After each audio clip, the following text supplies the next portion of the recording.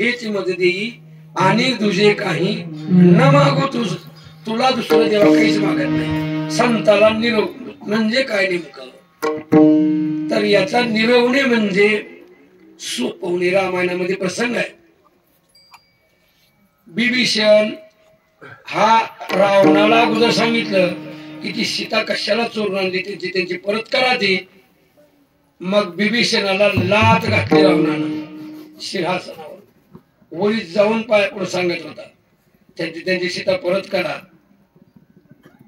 मग लाथ घातल्यानंतर वरून खाली गडगडत पडत आला आणि तेच आईला जाऊन सांगितलं मी रामाला शरण जाणार. अरे तू जर रामाला शरण गेलात तर तुला तिथं कोण घेईल तरी काय करणार. तू वैर्याचा भाऊ आहेस. तुला कुणी सुद्धा तिथे येऊ द्यायचे नाही. माझा राम आहे. मी चिंतन करतोय आणि माझा विश्वास झाला. माझा विश्वास आहे त्याच्यावर. जसं ऋषी मुनी सिद्ध साधक अपार कळला विचार नाही नास्ते सुख दिले तयाचे झाले जे तर तसं माझा भाव आहे आणि मी त्यांना शरण जाणार आहे. गेला प्रभूने वाढणाऱ्याला विचारलं अरे असा असा तो येऊ लागला काय करायचं. अगोदर ज्या बोलताना अडवलं होतं यायचं नाही म्हणले तुम्हाला. वैर्याचा भाऊ म्हणले वैरीच लांबच थांब म्हणले. मग तुम्ही रामाला तर विचारा ना. मग सगळ्यांनी विचारायचा प्रयत्न केला. मग रामाने बी अगोदर वाढणाऱ्यालाच विचारायचं कसं करायचं येऊ द्यायचं का कसं. सगळ्यांचा मनोगत व्यक्त करावं तुमचं. जांबवंताला सांगितलं येऊ द्यायचं नाही. त्याला जांबवंताला सांगितलं येऊ देऊ नये असं माझं तर म्हणणं आहे. बाकीचे बरेच म्हणाले तो वैर्याचा भाऊ म्हणल्यावर वैरीचं येऊ देऊ नका. पुन्हा हनुमानजीला विचारलं कसं करावं म्हणलं येऊ द्यायचं का नको. हनुमानजीने सांगितलं वैर्याचा भाऊ असणं म्हणजे वैरीच असतो असं नाही. त्याचा अंतरातलं काय आहे उद्देश हा ओळखावा लागतो. मी लंकेत गेलेला आहे. लंकेत कोणीच रामनामाचा जप करत नाही. हा बिभीषण रामनामाचा जप करतोय. रामनामाचा जप करणारा वैरी कसा राहू शकतो. तो आपला शरणागत आहे ना. त्याला जरूर येऊ द्यावं अशी माझी इच्छा आहे हनुमानजी म्हणले. आणि मग सगळे जांबवंतादी वाढणार म्हणले आम्हाला ठाऊक नाही हवा. मग हनुमानजी गेलेले त्यांना माहित आहे. रामनामाचं चिंतन करतात म्हणल्यानंतर त्यांचं अंतकरण सुद्धा असतंय. ते काय तसं कपटाने आले नाही. आम्हाला वाटलं वैर्याचे भाऊ म्हणले आपला काहीतरी मुद्दा काढून काहीतरी कापटे करण्यासाठी आले असतील येऊ देऊ नये. पण तो जप करतोय म्हणल्यावर जसं तुकोबाराय म्हणतात ते माझे सोयरे सज्जन सांगती पाया ठेवीती जे विठोबाचे पाय आठवतात. मग कुणी असू ते माझा सोयरा आहे सज्जन आहे सांगती आहे. तसं मग तो रामाला आठवतो म्हणल्यावर येऊ दे बाबा मग सगळेच म्हणले. आणि मग आल्यानंतर रामाने काय केलं आल्या तो शरणागत आहे. दर्शन घेतलंय पण अगोदर त्याचा हात धरला. लक्ष्मणाला बोलवलं आणि लक्ष्मणाच्या हातात हात दिले. ह्याला निरवणे म्हणतात. म्हणजे सोपवणं. निरवणे म्हणजे सोपवणे. लक्ष्मणाच्या हातात दिलं सांगितलं की मी तुझ्या स्वाधीन करत आहे. माझा शरणागत मी तुझ्या स्वाधीन करत आहे. का तर यदा कदाचित मी युद्धामध्ये कुठं होते आणि कपटानं रावण याला मारू शकतो आपल्याकडे आलाय म्हणून तर मी शरणागताचा वज्रपंजर हे माझं ब्रीदच गेलं. मग शरणागताचा वज्रपंजर हे ब्रीद माझं जात म्हणून मी तुझ्याकडे निर्वायलोय कुणाकडेच नाही. तू एकतर संतही आहेस आणि पुन्हा असून पराक्रमी आहेस. तर तू एवढं त्याच्याकडे लक्ष चांगलं दे. सारखं लक्ष होतं त्याच. सारखं लक्ष्मणाचं लक्ष याच्यावर राहायचं. कधी कधी तरी त्यांच्यावर शक्ती टाकलेली आपल्यावर घेतलेली आहे. आणि लक्ष विचलित केल्यावरच त्याच्यावर शक्ती पडलेली होती. नाही तर ती तोडून टाकीत होते. विचलित लक्ष कसं केलं. अफवा अशी उठवली की राम रावणाच्या बाणाला मिळेल अशी अफवा उठली आणि त्याच्यात लक्ष त्यांचं विचलित झालं. खरंच असं झालं असेल. अफवा उठवत असं वैरी काही बी उठवीत असतात. अफवा काही बी उठवावीच लागते. त्याच्यावर कपटक असते तीच. पण असं केल्यानंतर लक्ष्मणाचं थोडं चित्त विचलित झाल्यावर त्यावेळेची शक्ती मात्र तशी आलेली होती. तर लक्ष्मणाकडेच निरवलं, कारण की तो रक्षण करू शकतो, तो संत आहे, हे माझं ब्रीद जाऊ देणार नाही. तसं तुकोबराय म्हणतात, या जगतामध्ये कोणच देवा देणार नाही संता एवढं, म्हणून मला त्यांच्याकडे निरव. या संताचे हे देणे कल्पतरुहुनी दुने, परिसा परिसा गाद देणे चिंतामणी ठेंगणा. ज्ञानोबराय उद्गार काढतात, चिंतामणी सुद्धा त्याच्या पुढे ठेवणं आहे, हे संतांचं देणं आहे. आणि उदार कोणीच नाही तरी बघणार. या संता परिस उदार, या संता परिस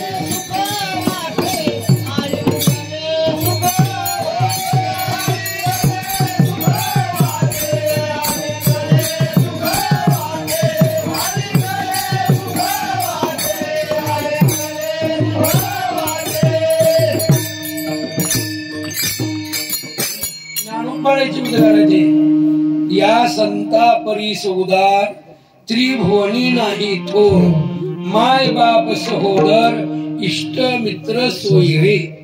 कुणी असतील इष्ट मित्र सोयरे, माय बाप, पण संता परीस उदार नाही.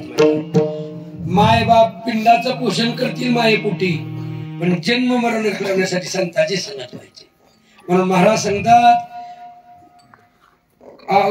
वृक्षामध्ये सुद्धा कल्पवृक्ष श्रेष्ठ आहे, पण तो सुद्धा एवढं देऊ शकत नाही, कल्पिलेलंच तेवढं देईल. म्हणून महाराज सांगतात की संता एवढं कोणी देऊ शकणार नाही. संता परीस उदारही कोण नाही, चिंतामणी ठेंगण असणार आहे, कल्पवृक्ष तिथं कमीच पडतो. म्हणून मला संताकडेच निर्वा, या संताशी निर्वी, हेच सकारात्मक शब्द टाकला. हेची मज दे आणि दुजे काही न मागू तुझे, हेच म्हणलं की तिथं सकारात्मक शब्द आला. षष्टीचा प्रत्यय जसं एखाद्याने ऊस मोडला आणि लेकराला दोघांनी द्यायला, तर ती लेकरू म्हणते नाही मला ही कळायला नको, मला तीच द्या. म्हणजे तिकाला बुडाखाना जर असला तर ती लेकरू म्हणते मला ही नका, मला ती काढा नाही. तसं हीच द्या, हीच, ह्याचा अर्थ ह्याच्यापेक्षा दुसरं मला नकोच आहे. षष्टीचा प्रत्यय म्हणजे सला ते सलाना ते षष्टीचा प्रत्यय, याच्यात दुसरं मला दुसरं कोणतंच नको. आधी तर महाराज म्हणतात एकच मागणं, आधी तर तयार बी नाहीत, आम्हाला वडिलाची गीत आहे, काही मागायचं नाही, काहीतरी घ्या काहीतरी घ्या तेव्हा म्हणता हो तुम्ही. थोडा मोठ्याचं ऐकलंही पाहिजे. जसं भल्लो बाबांनी उभा ते त्यांच्या पत्नीला कणकाईला परत पाठवलं, द्यायचंच बाबा तुम्हाला, म्हणला त्याची इच्छा पुरी होईल, तर मग असं तर द्या, सात्विक तर द्या, पुढं भक्ती करणारे तर द्या. तसं तुकोबाराय म्हणतात, द्यायचंही तुम्हाला देवा तर हे द्या, आणि ते म्हणजे मला संताकडे निर्वा. या संताशी निर्वी हेच मदली, दुसरं काहीच नको. जसं एकदा कुंभाराचे कुटुंब राहत होते, ते म्हणजे उपजीविका मडके घालून करायचे आपली भागवाची, पण त्याचे ते राका बंकानी वंका यांच्याकडून चुकीनं मांजराची पिल्ल्यासह मटक आव्याला लागलं.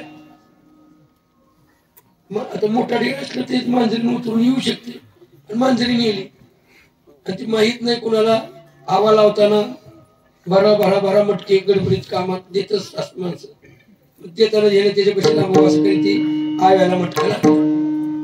आव्याला मटकं लागल्यानंतर ते आवा सगळं ते सामान भरून पिटवला. मांजरीनं आली आणि त्या गाडग्याच्या ठिकाणी गेली. मटकी नाही ती तिचं पण लक्ष जाळाकडे गेलं. त्या आव्या भोवतरी सारखे हे लागले. अरे म्हणजे मांजरीची पिल्ली गेली, आवा तर पेटलाय सगळं, आता काय करायचं. आता हे देवाला मागायला तयार झाले. राखा बंकानी वंका हे काय मागायला लागले. देवा आम्ही सगळा संसार सोडून देत आहोत, तुझ्या चरणी वाहतावे, काही उपजीविका करून पुन्हा आम्ही जगू. पण एवढी आमची जर पिली जी मटकेत ती जर जिवंत निघाली तर एवढं बरं. एवढंच मागतो देवा तुला. राका बंकानी वंका सारखं चिंतन करून संकटामध्ये स्मरण करू लागले. आवा शांत झाल्यानंतर ते आवा उतरू लागले. आवा उतरत उतरत त्या ज्या डेऱ्यामध्ये पिल्ल होती तिथपर्यंत गेल्याबरोबर बरोबर तेवढंच मटकं कच्चच राहिलं. बहुतेक म्हणले देवानं आपल्यावर कृपा केली, देवानं आपणाला दिलं म्हणले. आणि मध्ये बघितलं तर पिली जिवंत आहे. एवढी मांजरीने स्वीकार करावा म्हणून होता तो डेरा तिथे नेऊन ठेवला. मांजरीने आली, तिने ते मध्ये उतरून दातात पिलं धरून घर बदलून दुसरीकडे घेऊन गेली. स्वीकार केला, बरं झालं म्हणले. आता ते उपजीविका कशाने भागवायची म्हणले तर आपण काय करू म्हणले, वाळलेली लाकडं गोळा करायची आणि ती विकून उपजीविका भागवायची. मग अशी वाळलेली सगळं गोळा करत गेल्यावर रुक्मिणी म्हणले त्यांना तर मी सहज वचवेन की म्हणले. मग ती वाळलेली लाकडं जी पडली होती जास्त तिथे सलग त्याच्या खाली एक सोन्याचं काकण ठेवलं रुक्मिणीनं. अजून जास्त काही वाळलेली सलग तिच्यावर टाकून निघून गेलं. ही वेचत राका बंका वंका आल्याबरोबर वरच्या लाकडाच्या कांगऱ्या उचलल्याबरोबर खाली सोन्याचं काकण चमकलं आणि त्याचा मोह थोडाही त्यांना झाला नाही. अरे बापरे म्हणले ते त्याच्यावरची लाकडंही तिथे टाकले. पण आपल्या मागटलेनी तर कोणी त्यांना उचलू नये म्हणून वंजळीनं माती घेऊन त्या काकणावर टाकायले. एक बार टाकलं झाकलं नाही, अजून टाकले, एवढेच मी झाकलं अजून टाकले, असं एवढे बघितलं मागटलेनी. म्हणजे कशाला उगतच माती टाकायला लागला, मातीतच माती कशाला टाकायला लागला, काय झालं त्या मला दिसलंच म्हणजे नाही. पण सोनं ही आपली माती एकच की आपल्याला म्हणजे कशाला आम्ही तर घेतो म्हणजे. देवानं आपल्याला एवढं दिलेली ती जिवंत काढली, आपण सगळे त्यांच्या चरणी वाहिले आणि आम्ही त्याचा मोह धरू काय म्हणले. निर्माण मोहा संग दोषा अध्यात्म नित्या विनिवृत्त कामा द्वंद्वेर मुक्ता सुख दुःख संज्ञो गच्छन्ति मूढा पदं व्ययं तथा. या न्यायाप्रमाणे त्यांनी मोह टाकून दिलेला होता. आम्ही उचलणार नाही, तिथे लाकडे उचलत ना म्हणून जाऊ द्या आणि निघून गेले. रुक्मिणी माता तशीच महाराज भगवंताला म्हणते, अहो त्या तुकोबाला काहीतरी द्या ना. जसं सीताबाईनं मनावर आम्हाला अहो त्या सगळ्या वानराला निरोप समारंभाच्या वेळेस बक्षीस दिला तुम्ही, त्याला काय दिलं काय म्हणले त्याला देण्यासारखं माझ्यापाशी काहीच नाही, तो काहीच घेऊ शकत नाही. मला सांगा मी देते, काही द्यायला परवानगी म्हणे. तुला मी हेच का दिलं, महाग मोराचं कशाला दिलं असं म्हणायचं नाही. तुला काय द्यायचं ते द्या. सीतामाईनं फार मौल्यवान असा नवरत्नाचा हार हनुमानजीच्या गळ्यात स्वीकार करायचा. परंतु हनुमानजीने ते हार घेऊन झाडावर गेले आणि हार काढून एक एक मणी दाताखाली घेऊन दाबून फोडून बघायचं. सीतामाई जाऊन म्हणले, हनुमानजी काय करत आहात, किती किमतीचा हार आहे तो, हा सामान्य हार नाहीये. मला काय करायचं किती किमतीचा असलं तर म्हणले, ह्याच्यामध्ये राम आहे का मी बघायला होतो म्हणले, ह्या मनीत मध्ये राम आहे का बघायला होतो म्हणले फोडून. आणि ते काय दिसलं नाही म्हणून टाकून देत होतो. मग त्याच्यात नाही म्हणून टाकून दिला. तुझ्या मध्ये आहे का, माझ्या मध्ये आहे, दाखवा म्हणल्याबरोबर छती फाडून राम पंचायत दाखवला होता. तसं या ठिकाणी आता रुक्मिणी आई साहेब पांडुरंगाला म्हणत आहे, अहो त्या तुकोबांना काहीतरी द्या ना. सीताबाईला कसं वाटत होतं, घरी किती काम केले हनुमानजीने, त्यांना मात्र देणं गेला तुम्ही. मग तसं ही किती सारखं चिंतन करतात. आणि त्या तुकोबाऱ्या दिनात रुक्मिणी आई साहेब म्हणू लागल्या, त्यांना काही दे ना.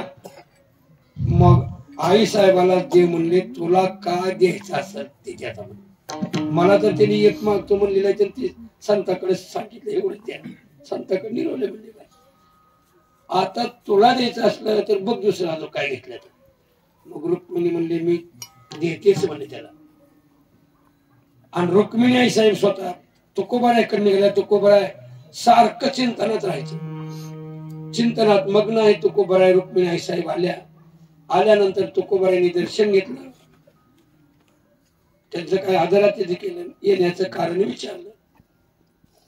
आई म्हणू लागल्या, माझं काम आहे. काय काम आहे सांगा. तू करशील हो, मला वचन दे आधी तुकोबा, मी सांगितलेलं काम करेन. असं काय म्हणजे कुणाचेही काम करतो. एखाद्या म्हाताऱ्या आजीनं सांगितलं हे तेल आणा म्हणलं तर मी बाजारावरून तेल आणून देतो. कोणाचे दिंड टाकतो, काय बी करतो. तुमचं काम करायचं नाही आणि वचन घ्यायला एवढं नाही, माझा विश्वास नाही. मी सांगितलेलं काम करेन म्हणून वचन दे म्हणले. पण तुम्ही सांगचाल ते काम करतो बाबा म्हणजे वचन दिलं.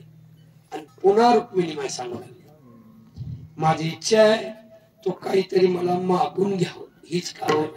तुला द्यायला आले पण तू घेतच नाहीस काहीच, म्हणून असं वचनात तरी द्यावं एवढी इच्छा आहे मला. काहीतरी द्यायची, काही बी मागून घ्यायची, काही मागून घ्यायची परवानगी आहे. मात्र तुकोबाराय लगेच बुद्धिमत्ता मध्ये देवाला त्यांनी मागितले, दुर्बुद्धी दे मना कदा न बुजवणार आहे ना. त्या तुकोबारायांना बुद्धी सुचली, ठीक आहे आपणाला वचनात गोवले ना, आपण मी तसंच. आई मी फार अवघड मागणार आहे, तुम्हाला ते देणं व्हायचं नाही. मला वचन दे, मी मागितल्या देईन म्हणून. किती अवघड माग, मी ब्रह्मांडाची मालकी नाही, काही बी देऊ शकते म्हणजे तुला. अवघड मागणी माझी आहे, तुम्ही मागितल्या द्यायचं ना, देते म्हणून. मग मला तसं वचन द्या, मागितल्याच देईन म्हणून. मागितल्या तुका मी देऊन कसले अवघड माग म्हणजे वचन दिलं. तुकोबाराय मागायला तयारी झाली. आई का म्हणले, एकच मागणार आहे, मागितल्या दिलं पाहिजे. माझ्या चिंतनात व्यत्यय येत आहे, माझ्या समोरून तुम्ही निघून जावं ही माझी मागणी. माझ्या समोरून तुम्ही निघून जा आणि मला चिंतन करू द्या. व्यत्यय आला आणि तुम्हाला दंड काय म्हणले, मागितल्या देईल, हे दिलंच पाहिजे.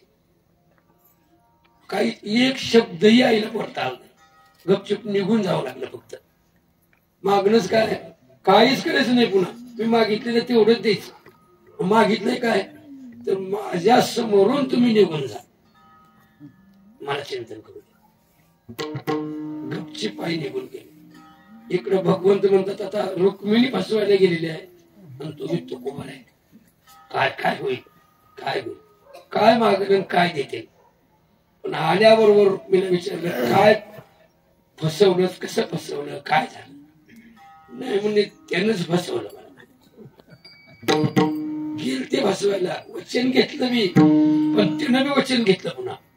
आणि मी आई त्याला तर आल्यावर विश्वास नाही म्हणले. तुम्ही कसे लेकराकडून वचन घेतलं, माझा विश्वास नाही. मला वचन दिलं पाहिजे म्हणलं, मी वचन दिलं. काय मागायचंय ते माग म्हणले. मग मागितलं, माझ्या समोरून निघून जा, मला चिंतन करू द्या. करायचं बसले चिंतन म्हणजे काय ताकद असेल, केवढं वैराग्य असेल, सोपं नाही. तुकोबारायला शरणांगत जाऊ शकू आपण, पण तुकोबाराय होणं फार अवघड आहे, फार अवघड. ज्यांनी सर्वस्व आपलं वाटून टाकलं, ज्यांच्या वडिलाकडे किती आजूबाजूच्या सगळ्या गावची सावकारकी होती, सगळ्या वह्या इंद्रियांनी उडविल्या आणि पुन्हाही तेवढं सगळं वाटून टाकलंय. आणि उपजीविका कशावर भागवत असते. एक स्त्री तर अन्न करून मिळली आणि ही दुसरी स्त्री पुन्हा मोठ्या सावकाराने दिली होती, ज्यांच्या घरी 300 400 एकर ऊस राहायचा. अशा सावकाराची मुलगी होती ती जिजाबाई. म्हणजे आणि त्या जिजाबाईला नेहला भाऊ आल्यावर त्यांच्या चुलीत गवत होतं गुडघे इतके मांडीतले. मग ती भाऊ म्हणला ताई चूल कवा पिटली असं तुमचं एवढे गवत उगवले म्हणजे महिना 2 महिना 2-3 महिने झाले म्हणजे मग काय खाता लवकर जाऊन मी उंबरा असते आणि सारखं उंबरा असते तीच पिकलेली नसली तर असे दोडे असायचे दोड्या सुद्धा खायची माणसं पहिले उकडून खायची त्याला मीठ टाकून हे करून खायची. 3 महिने झालं उंबरावर सांभाळले उंबरा आणता म्हणजे सकाळचं लवकर जाऊन उंबरा घेऊन यायचे. साधन एवढं कष्ट केलं म्हणजे एवढंच काय गाता लिहिल्यानंतर रामेश्वर शास्त्री टाकायला लावलं दगड बांधून 13 दिवस अन्नाने पाणी नव्हतं. तो कोबाया फक्त चिंतन करत होता. सोपा आहे काय तो कोबाया एवढं सोपं नाही. आणि मागताना पुन्हा असं मागतात आईला सुद्धा म्हणतात समोरून जा मला चिंतन करू द्या याच्यापेक्षा काय मागायचं म्हणून त्यांना म्हणतात देवाला तो मला द्यायचा असेल तर द्या देवा थोडा मोठ्यांचा मान राखला पाहिजे. तुम्ही म्हणत आहात काहीतरी मागावं मागतो बाबा एक मागतो मागा मागा मागा ठीक आहे मागा काय मागायचं ते मागा एक मागा पण मागा. तर या संताकडे मला फक्त निर्वा हेच द्या बरं का चक्रात्मक शब्द म्हणतात हेच द्या दुसरं नाही दुसरं काहीच नाही. जसं नंदीग्रामाच्या ठिकाणी एकच घेणं आणि देणं बी एकच होत. भारताच्या नगरीमध्ये लोक चतुर होते द्वैताचा दलाल तिथे नव्हता. घेणं एकच आणि देणं बी एक. वृत्ती जर कुणाची झाली तर सत्वर वृत्ती छेदी ती म्हणजे निजवृत्तीकडे आणायची. निजवृत्ती काढी सर्व माया तोडायचे आणि निजवृत्तीतच यायचे. चतुर होती भारताच्या नगरीची लोक. तसं तू कोण चतुर आहे एकच मागतात तुझं नाही आणि तुझे काही न माग तुझ या अभंगाचं दुसरं